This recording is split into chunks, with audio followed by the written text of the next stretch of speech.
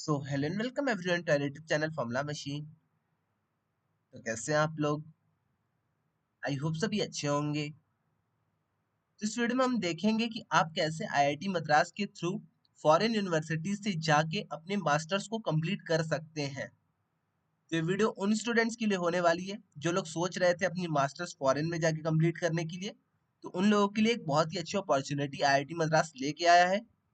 तो आइए चलिए हम देखेंगे इस वीडियो में ये अपॉर्चुनिटी क्या है, एलिजिबिलिटी क्या है, कौन सी डिग्री है, फीस क्या है। ओके, सारी चीजें हम इस वीडियो में देखने वाले हैं। तो चलिए इस वीडियो को हम स्टार्ट करते हैं।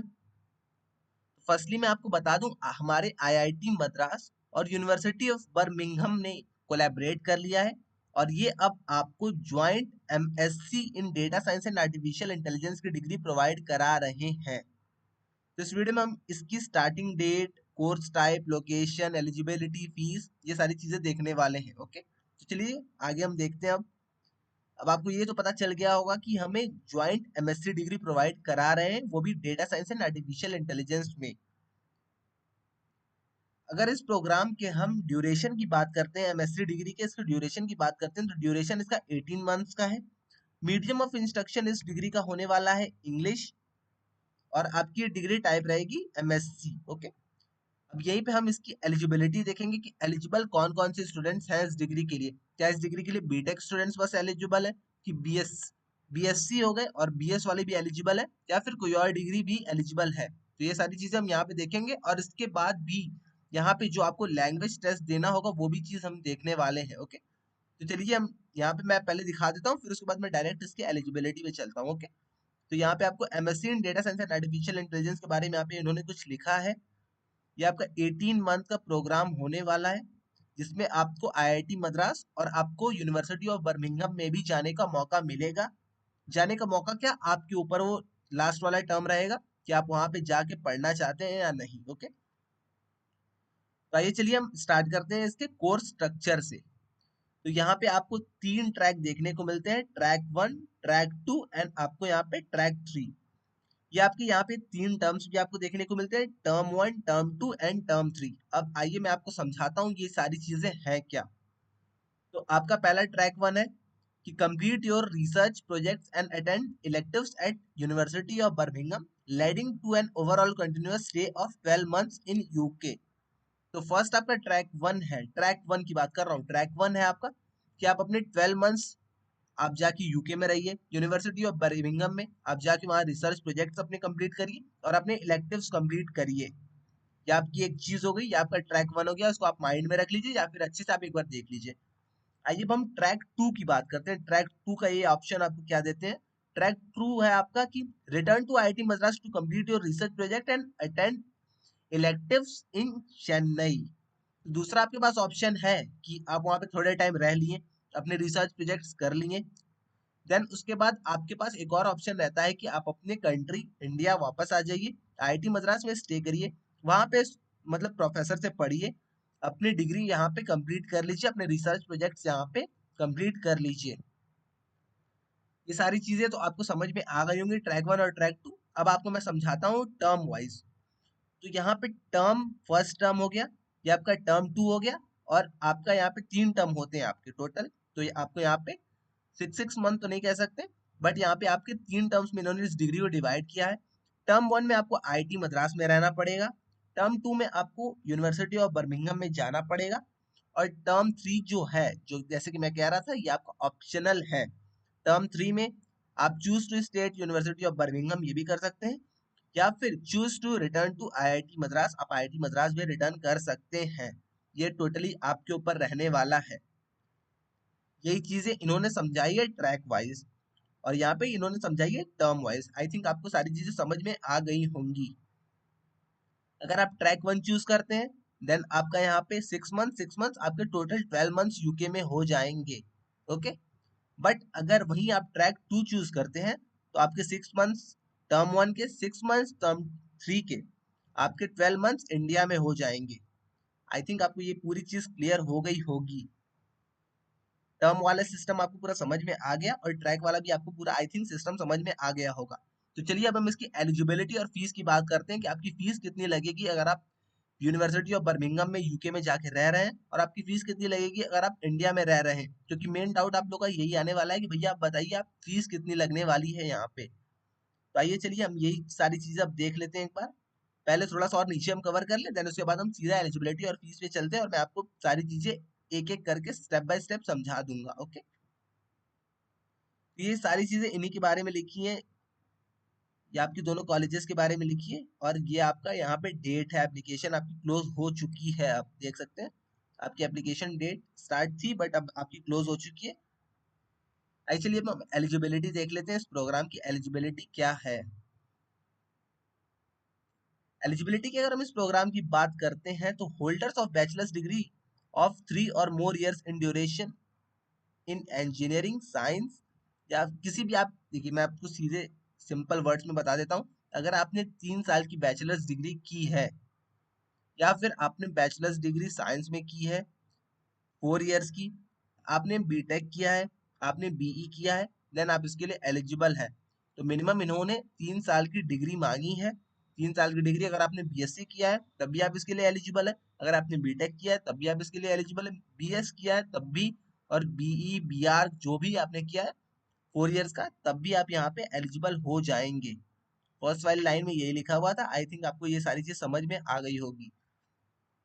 इसके अलावा एक और इन्होंने क्राइटेरिया रखी है, holders of bachelors degree will normally be expected to have 60%, मतलब आपके मार्क्स होने चाहिए।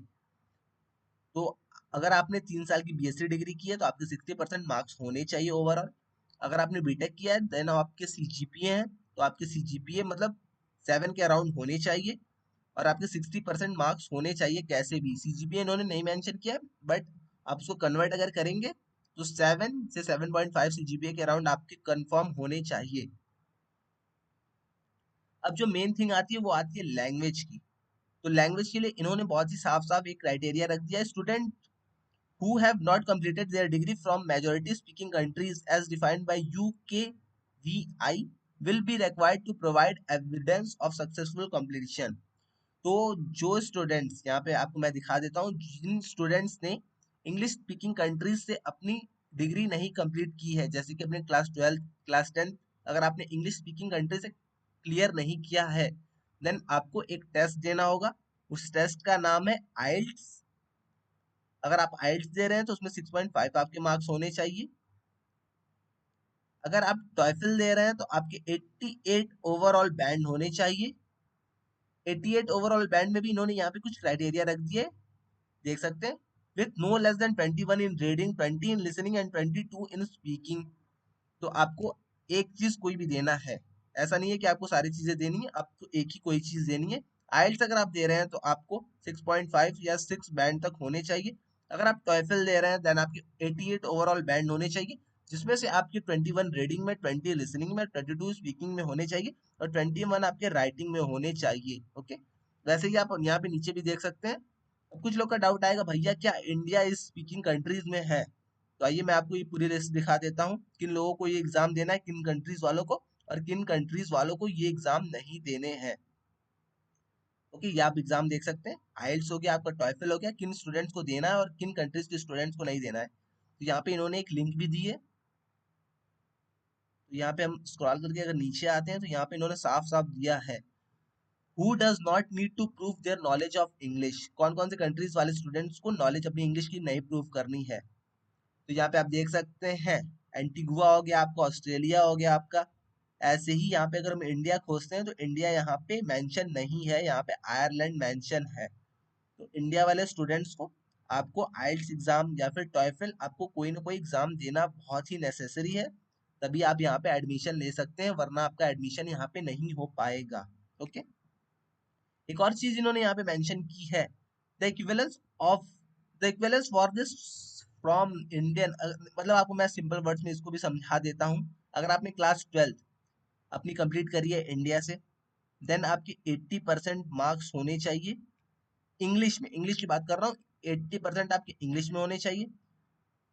अगर आपने आईसीएसई या फिर सीबीएसई बोर्ड से कंप्लीट किया है, 75% आपके इंग्लिश में मार्क्स होने चाहिए अगर आपने वेस्ट बंगाल से कंप्लीट किया, और 85% आपके मार्क्स होने चाहिए अगर आपने किसी भी अदर स्टेट बोर्ड से कंप्लीट किया है अपनी डिग्री को। देन आई थिंक आपको सारी चीजें समझ में आ गई होगी, इंडिया वाले कैंडिडेट्स के लिए भी आपको सारी एलिजिबिलिटी क्लियर हो गई होगी।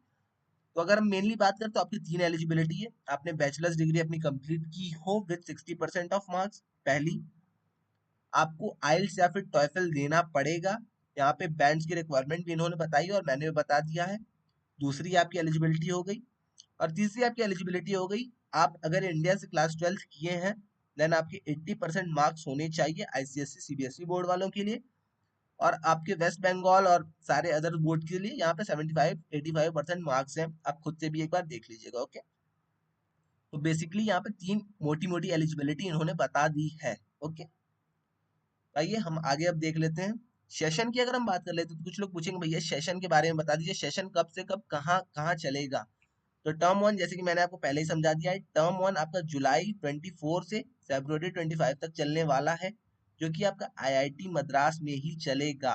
ओके, सेकंड टर्म की अगर हम बात कर लेते हैं, दूसरा टर्म आपका चलेगा यूनिवर्सिटी ऑफ बर्मिंघम में, यूके में आपका, वो आपका फरवरी 25 से आपका जून 2025 तक चलने वाला है। यूनिवर्सिटी ऑफ बर्मिंघम में आपको वहां पे रहना पड़ेगा। ओके, टर्म 3 और 4 आपके ऑप्शनल हैं, 4 तो नहीं है, टर्म 3 आपका ऑप्शनल है। अब आपको जहां मन आप वहां जाके रह सकते हैं, वहां से अपने एग्जाम दे सकते हैं। ओके, आई थिंक आपको ये सारी चीजें क्लियर हो गई होंगी, एलिजिबिलिटी, लैंग्वेज, हर चीज आपको अब क्लियर हो चुकी होगी।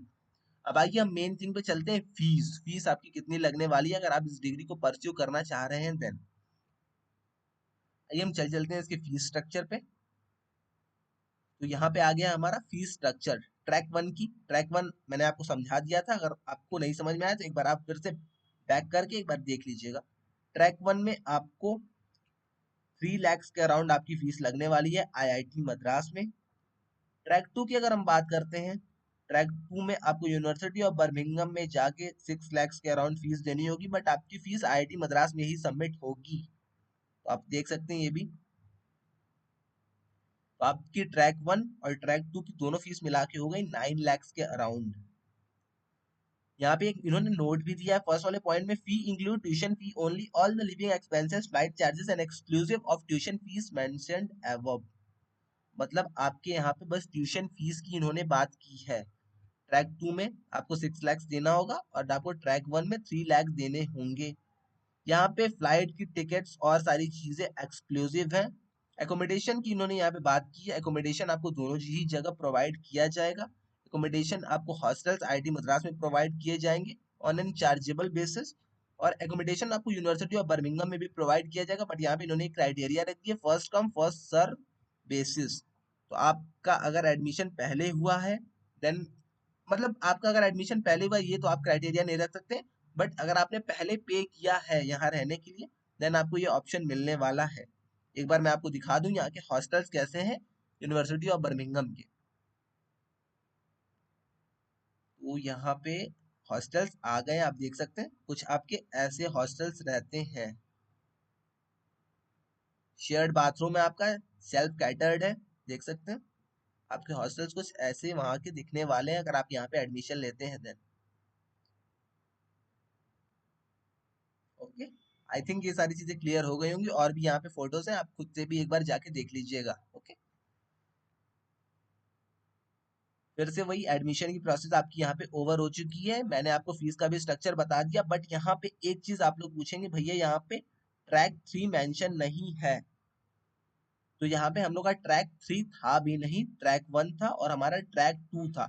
टर्म 1, टर्म 2 और टर्म 3 हमारा था यहाँ पे, जो कि यहाँ पे इन्होंने टर्म वाइज नहीं ट्रैक वाइज मेंशन किया है। तो आपकी टोटल फीस जो होने वाली है 3 ये हो गई और 6 ये हो गई, आपकी 9 लाख पूरी फीस पड़ने वाली है इस डिग्री की, अगर आप इस डिग्री को कंप्लीट करना चाहते हैं देन। ओके, आई थिंक आपको सारी चीजें क्लियर हो गई होंगी। एक लास्ट डाउट जो आप लोग का आएगा कि भैया इस डिग्री का सिलेबस क्या है, अगर हमको एडमिशन लेना है तो हमें क्या चीजें पढ़नी होंगी, तो वो चीज का भी मैं यहाँ पे लेके आया हूँ सोल्यूशन।